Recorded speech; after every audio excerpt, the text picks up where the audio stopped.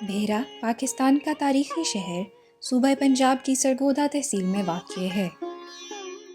یہ سطح سمندر سے 180 میٹر بلندی پر دریائے جہلم کے بائیں کنارے آباد ہے۔ بھیرا کی ابتدائی تاریخ کا کوئی مستند ریکارڈ موجود نہیں، لیکن ماہرین آثار قدیمہ کے مطابق جو دریائے جہلم کے دائیں کنارے پر کھنڈرات ہیں وہ قدیم بھیرا کے ہیں۔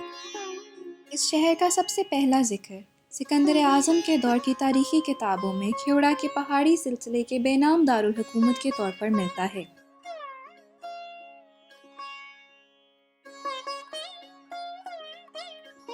سکندر اعظم نے اپنی زندگی کی سب سے اہم جنگ بھیرا کے بادشاہ پورس سے ہاری تھی، جس میں اس کا پسندیدہ گھوڑا بیوسیفلس اور سپہ سالار نائکیا دونوں مارے گئے۔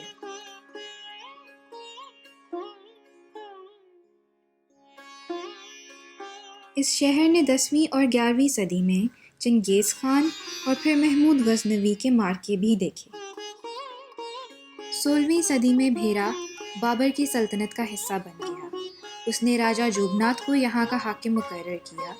اسی وجہ سے اس شہر کا نام اس دور میں جوگناتھ نگر پڑ گیا۔ اس شہر کے موجودہ نام کے متعلق مختلف حکایات ملتی ہیں۔ ایک حکایت کے مطابق اس شہر کا اصل نام بے راہ تھا، جو وقت کے ساتھ بگڑ کر بھیرا بن گیا۔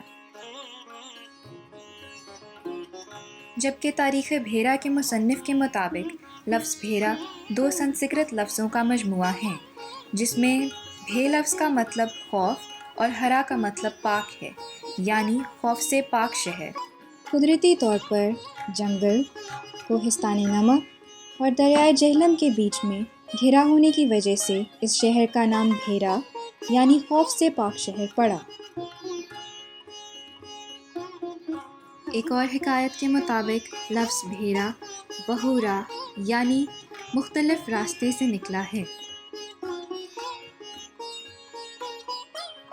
یہ شہر 2 اہم تجارتی راستوں کے سنگم پر تھا۔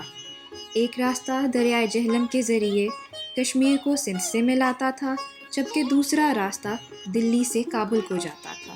1540 عیسوی میں شیر شاہ سوری کی افواج نے قدیم بھیرا کو فتح کرتے ہوئے تقریباً مکمل طور پر تباہ کر دیا، جس کے باعث اس نے نئے بھیرا کی بنیاد دریائے جہلم کے بائیں جانب رکھی۔ نئی بھیرا کے گرد فصیل تعمیر کی گئی، جس میں 8 دروازے رکھے گئے۔ ہر دروازے کا نام اس شہر کے نام پر رکھا گیا جس کی طرف اس کا رخ تھا، مثلاً لاہوری دروازہ، ملتانی دروازہ، چنیوٹی دروازہ، کشمیری دروازہ اور کابلی دروازہ۔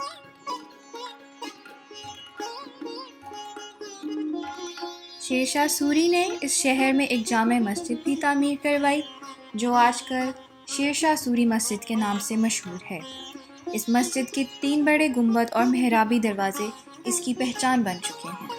1860 میں قاضی احمد الدین بگوی نے نہ صرف اس کی مرمت اور تعظیم کرائی، بلکہ مسجد کے شمالی جانب ایک مدرسہ بھی تعمیر کروایا۔ پچھلی کچھ صدیوں میں بھیرا شہر ایک اہم تجارتی مرکز رہ چکا ہے، جبکہ مہاراجہ رنجیت سنگھ کے دور میں اس شہر نے خاص طور پر ترقی کی۔ یہاں بننے والی چھریاں، خنجر اور تلواریں پائیدار ہونے کی وجہ سے وسطی ایشیا کے کئی شہروں کو برآمد کی جاتی تھیں۔ ریلوے اور سڑکوں کی تعمیر سے دریائی راستوں کی اہمیت کم ہو گئی، جس کی وجہ سے بھیرا کی تجارت بری طرح متاثر ہوئی۔ 1917 میں روس میں ہونے والے بلشوک انقلاب نے وسطی ایشیا کے ساتھ ہونے والی تمام تجارت کو ختم کر دیا۔ 1892 میں انگریز سرکار نے بھیرا سے تحصیل کا درجہ سرگودا کو منتقل کر دیا۔ بھیرا کے زوال کی چوتھی وجہ پاکستان بننے کے بعد امیر ہندوؤں کی نقل مکانی۔ اس کے بعد بھیرا میں آنے والے غریب مہاجر اس کی خاطر خواہ دیکھ بھال نہ کر سکے۔ اس شہر کے دگرگوں حالات نے یہاں کی دستکاری پر بھی بہت منفی اثر ڈالا، جس کے باعث بھیرا کی شناخت بری طرح متاثر ہوئی۔ اس کاوش کا ایک مقصد بھیرا کی تاریخی اور دستکاری اہمیت کو لوگوں کے ذہنوں میں دوبارہ اجاگر کرنا ہے۔